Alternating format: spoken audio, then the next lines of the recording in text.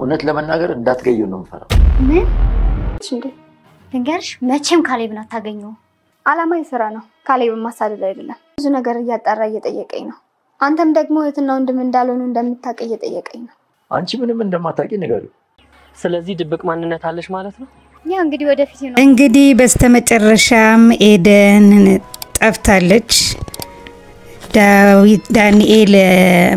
ዳኒ አብዷል በጣም አሁን እሷን በመፈለግ ላይ ነው። ቤቷንም ቀይራለች። በቃ አሁን እሷ ቆርጦላታል። የቆረጠላት ይመስላል ግን ወይ ደግሞ ትንሽ ጊዜ ሁኔታው ሊው ብላ ነው መሰለኝ ቤት ቀይራለች። በቃ በጣም ነው ያበደው ዳኒ። ያሳዝናል። አሁን ያለበት ሁኔታ በጣም ነው የሚያሳዝነው ዳኒ። ትሁትን እየተመላለሰ እየመጣ እንደውም አንገቷን እስከማነቅ ድረስ ሁሉ ደርሷል። ከዛ እሷም ስታስፈራራው ነው እንትን ያለችው። እንደገና ደግሞ የቲናና የሱ ግንኙነት እንደታወቀባቸው ትንሽ የጠረጠረ ይመስላል እና በጣም እየተመላለሰ ትሁትን ሲያናግራት ነበረ። ትሁትም ያው በጎን ነግረዋለች። እንግዲህ የሚገባው ከሆነ ነግረዋለች። እውነት ተደብቆ አይቀርም ስትለው ቢያንስ መጠርጠር ነበረበት። ግን እስካሁን ዝም ብሎ በቃ ይሟዘዛል። እሱ ደግሞ ወይ ስራ ይሰራ ባልሰራውና ባልለፋበት ቤት ሁለት ሚስት አግብቶ እስኪ ቆይ ይችኛዋን አግብቶ እንደገና ይችን ፈቶ ንብረቷን ወስዶ እዛችኛዋ ጋር ለመኖር ምን እንደዚህ እንትን ይለዋል? የራሱን ቆፍጠን ብሎ ስራውን እየሰራ ከሚወዳት ከምትወደው ጋር መኖር ሲችል አሁን እሷ ቲና ይሄንን ምንም የምታውቅ አይደለም። ገና አላወቀችም። ቲና ያወቀች ቀን ግን እርግጠኛ ነኝ ከነካሌብና ከነካሌብ አባት ይልቅ እርምጃዋ በሱ ላይ የከፋ ይሆናል ብዬ አስባለሁ። ምክንያቱም ቲና በጣም ስለምታፈቅረው ነው ሰው ቤት ገብታ ትዳሯንም አፍርሳ ያላትን ንብረት ተካፍላ ከሱ ጋር ለመኖር የወሰነችው። እሱ ግን እሷን የምታደርገውን ነገር ለኔ ብላ ነው እንደዚህ ሆነችው ሚለውን ሐሳብ በፍጹም ጭራሽ አልገመተም። ይቺ ሴትዮ የሱን ፍቅር ካጣች ምን እንደምትሆን እንዴት አይገባው? አንደኛ ከካሌብ ጋራ ተጣልተዋል።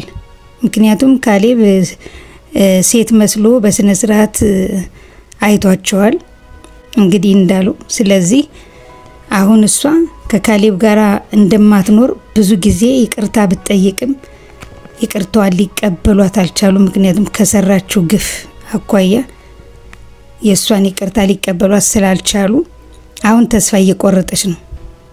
ስለዚህ አሁን ዳኒ ደግሞ ከኤደን ጋር ያለውን ግንኙነት ቲና ብታቅ ምን የምታደርግ ይመስላችኋል? እስኪ ሐሳብ አስተያየታችሁን በኮሜንት ጻፉልኝ። ምክንያቱም አሁን ቲና በጣም የምታፈቅረው ዳኒ ነው። ዳኒ ከሷ ውጪ ሌላ ሴት ያለ አይመስለውም። እንደውም እስኪ ህይወት ታሪክሽን ንገሪኝ ሲላት በፍጹም አልነግርም፣ እያንዳንዱ ሰው እኮ የራሱ የሆነ ድብቅ ማንነት አለው ምናምን ብላ ድብቅ ማንነቷንም ነግረዋለች። እሱ ደግሞ እኔ የለኝም ብሎ የሷን ድብቅ ማንነት ለማወቅ ቢጓጓም ልትነግረው አልቻለችም። እሱ አሁን እየሸሻት ይመስለኛል። ምክንያቱም ያሰበው ነገር ሁሉ ስላልተሳካለት እየሸሻት ነው። በዚህ ላይ ደግሞ ኤደንን የሚያገባት ካሌብን ይሆናል ብሎ በመጠርጠር ካሌብን አስሬ ኤደንን ወዳታለሁ አፈቅራታለሁ እያለ ነው። ግን እሱ እንዴት ሼማ ይዘውም እንዴ የራሱን የካሌብን ፍቅረኛ አርጎ ይዞ እንደገና ደግሞ በካሌብ ፊት ኤደንን አፈቅራታለሁ ሲል ካሌብ ግን ምን አይነት ትግስተኛ ቢሆን ነው? ምክንያቱም አንተ እኮ ከሚስቴ ጋራ እንደዚህ ያረክ ነው። ከሚስቴ ጋር ያለያየኝ አንተ ነህ። ወንድም መስለ ገብተህ ሁሉ ነገር ተነቅቶብሃል። አሁን ደግሞ እንደገና ኤደንን ደግሞ ልቧን ልትሰብራት ነው ወይስ ምንድነው አላማ ብሎ እንዴት ፍርጥ አርጎ አይነግረውም? ለምን ዝም አለ? ምክንያቱ ዝም ያለበት ምክንያት እኔ አልገባኝም። ግን እስኪ ወደፊት አብረን የምናየው ይሆናል። ትሁትም እንግዲህ ለዳኒ በጣም እያዘነችለት ነው። ለፋዘርም እየነገረችለት ነው። ምክንያቱም አሁን ያለበት ሁኔታ በጣም በኤደን እንደተጎዳና ኤደንን በእውነት እንደሚያፈቅራት እየተመላለሰ ትሁትን ያለችበትን ምታከሆነ እንድትጠቁመው ብሎ ብዙ እንትኗን እየተመላለሰ ጠይቋታል። ግን ያው ትሁት ስለማታቅ አልነገረችውም። አሁን እሱ በጣም የሆነ የራሱን የሆነ ቆፍጠን ያለ እርምጃ ቢወስድ ጥሩ ነው። ምክንያቱም ኤደንን ፈልጎ አግኝቶ ይቅርታ አድርግልኝ፣ አዎ እንደዚህ ያደረግነው ለፍቅራችን ብዬ ነው፣ ግን ያው ጥሩ አካሄድ አይደለም የሄድኩት። ምክንያቱም ይሄ ስራ ጥሩ ስራ ስላልሆነ የራሴን ስራ መስራት ሲገባኝ ይሄን አይነት ስህተት ፈጽም ያለውና ይቅርታ አድርግልኝ ብሎ ከምትወደውና ከሚወዳት ፍቅሩን ቢያድን ጥሩ ነው ብዬ አስባለሁ።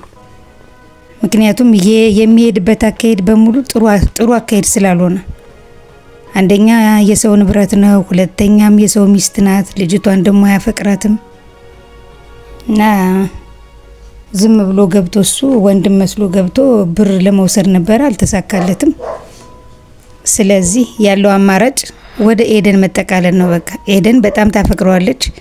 አብረው ሰርተው አብረው ማደግ ስለሚችሉ እውነተኛውን ነገር እንደዛ ቢያደርግ ይሻላል እንጂ አካሄዱ ጥሩ አይደለም። በዚህ ላይ ደግሞ ቲና አሁን የመጨረሻ የሚሆነውን አማራጭ ወስዳ በቃ እንፋታ ብለዋለች። እሺ ብሏት ሲጠይቃት ግን እሷ የጠየቀችው ብርና እሱ የሚናገረው ብር በፍጹም አይገናኝም። ምክንያቱም እሷ የምትፈልገው 4 ሚሊዮን ነው፣ እሱ ደግሞ አንዴ 4000 አንዴ 400,000 እያለ እየቀለደባት ነው። ሲጀመር ቆይ ትዳር በገንዘብ ነው እንዴ የሚለካው? ለምን እንደዚህ እንዳለች አልገባኝም። አብሮ ሰርተው ያፈሩት ንብረት ካለ በህግ ጠይቃ መለየት ነው። ከዛ ውጭ ግን በአባቱ ንብረት በአባቱ ቤት ተቀምጣ እንፋታ ብላ እንደገና ደግሞ የሌለ ብር መጠየቅ ይሄ በጣም ሼም ነው። ምክንያቱም እሷም አሁን እሱን ያፈቀረችው ሳይሆን ለገንዘብ ብላ እንደገባች እያስታወቀባት ነው። ሁለቱም ገንዘብ ብለው ነው እዛ ቤት ውስጥ የገቡት። ስለዚህ ደግሞ አይሳካላቸውም። ሽማግሌውም በጣም አምርሯል። ከዚህ በፊት የበደሉትን ሁሉ እያሰበ ጭራሽ አስፈላጊውን የሆነ በቀል እየተበቀላቸው ነው። እነሱ ግን አልገባቸውም። ዝም ብለው በቃ አልተነቃብንም ብለው እንትን ይላሉ። እሷ ግን አሁን የመጨረሻውን አማራጭ ወስዳለች። በዚህ ላይ ደግሞ ከዳኒ ጋር ተገናኝታ አንዴና ለመጨረሻ ጊዜ አሁን በኔ ይሁንብህ ችግር የለም ምናምን ብላ እንትን ብለዋለች። ግን ሁኔታው አላማራትም። ምን ሆነ ነው አንተ እንደዚህ የምትሆን? እነሱስ እሺ አንተ ምን ሆነ ነው እንደዚህ የምትሆን ስትለው ራሱ ምንም ተናድጄ ነው ምናምን እያለ እንትን እያላት ነው። እስካሁን ድረስ ግን የምታሳዝነው ቲና ናት። ከትዳሯም አልሆነች፣ እንደገናም ደግሞ ከሱም አልሆነች። ምክንያቱም እሱም ያፈቅራት ሴት አለ። አንገቱን እያቅለሰለሰ ብቻ ዝም ብሎ እሷን ጊዜዋን ይገልባታል።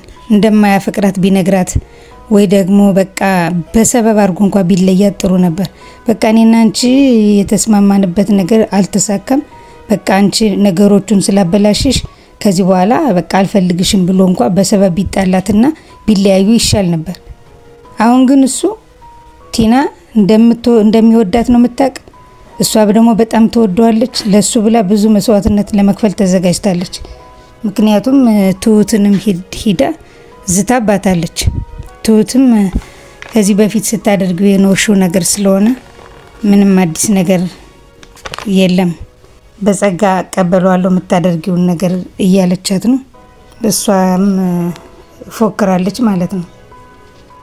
ስለዚህ አሁን ላይ በጣም ከባድ ነው የሚሆነው።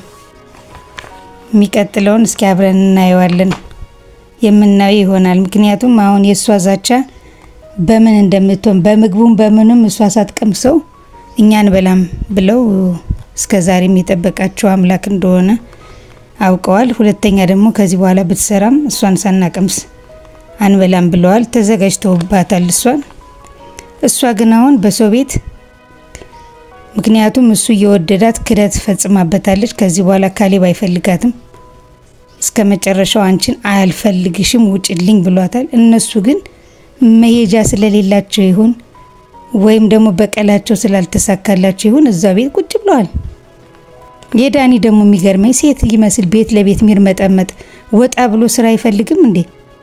ወንድ ልጅ እኮ ወጣ ብሎ ስራ ፈልጎ ስራ አግኝቶ የሚወዳትን ፍቅረኛውን ለማስደሰት መሞከር መቻል ነበረበት። እሱ ግን ጭራሽ እዛ ቤት ውስጥ አንዴ ፋዘር አንዴ ትሁት እያለ ቤት ለቤት ውስጥ ይርመጠመጣል። በጣም ነው የሚያስጠላው። በዚህ አይነት እኮ ከኤደን ጋር ቢኖርም እኮ ምን አይነት ስራ ሰርቶ ያኖራታል ማለት ነው። ምክንያቱም ይሄ ሰነፍ ነው። ሰነፍ ወንድ ነው። መስራት አይፈልግም፣ ብር ግን ይፈልጋል። ባልሰራው ስራ ባለፋበት ባልጣረበት ወዙ ጠብ ባላለበት ገንዘብ ላይ የሰው ገንዘብ ያንን ገንዘብ አግኝቶ ምን ሊያደርገው ነው? ምክንያቱም አለፋበትም እኮ አንድ ወር አይቀይም እኮ ያ ገንዘብም ሊጠፋበት ይችላል። ምክንያቱም ያለፋበት ስለሆነ። ስለዚህ ዳኒ የሄደበት ያለ አካሄድ ጥሩ አይደለም። እስኪ ምን አስተያየት አላችሁ በዳኒ ጉዳይ? ሀሳብ አስተያየታችሁን በኮሜንት ላይ አስቀምጡልኝ። ካሌብ ደግሞ ዝም ብሎ ይጫወትበታል። አረ ለኔ ደውላልኛለች እያለ ዳንኤልና ፋዙካ ስልኳ ይሰራም አለኝ ስልኳ እየሰራልኝ አይደለም ሲል አረ ለኔ ሰርቶልኛል እያሉ አሳበዱት። የባሰ ኦፍ ሆነ። እንደገና ደግሞ ወጥቶ ከቴና ጋርም ካወሩ በኋላ እንደገና አሁንም ካሌብን አግኝቶ አገኛት እንዴ ብሎ አላገኘዋትም ሲለው አሁን እኮ ወደዚህ ያለፈች ምናምን ብሎ እንደገና ደግሞ እንደ ህፃን ልጅ አስሮጠው እየሮጠ ሄዶ ከምን ይውጥ የለችም እኮ አላየዋትም ከምን እያለ ካሌብም እየሳቀበት ገባ። እርግጠኛ ነኝ ካሌብ አግኝቷት አይደለም እሱ ለማናደድ ያደረገው ሴራ ነው እና በጣም ይገርማል። እነሱ ግን የራሳቸውን እርምጃ ቢወስዱ ይሻላሉ በሰው ቤት ገብተው እንደዚህ ከመሆን። እስኪ እናንተ በዚህ ጉዳይ ላይ ሀሳብ አስተያየት በኮሜንት አስቀምጡልኝ። ለድንቅ ሚዲያ አዲስ ሲሆናችሁ እና ሰብስክራይብ ያላረጋችሁ ሰብስክራይብ በማድረግ የደወል ምልክቷንም በመጫን ቤተሰብ እንዲሆኑ በአክብሮት እንጋብዛለን። በቀጣይ ክፍል እስከምንገናኝ ድረስ መልካም ቆይታ ይሁንላችሁ። ቻው ቻው። ወዳችኋለሁ።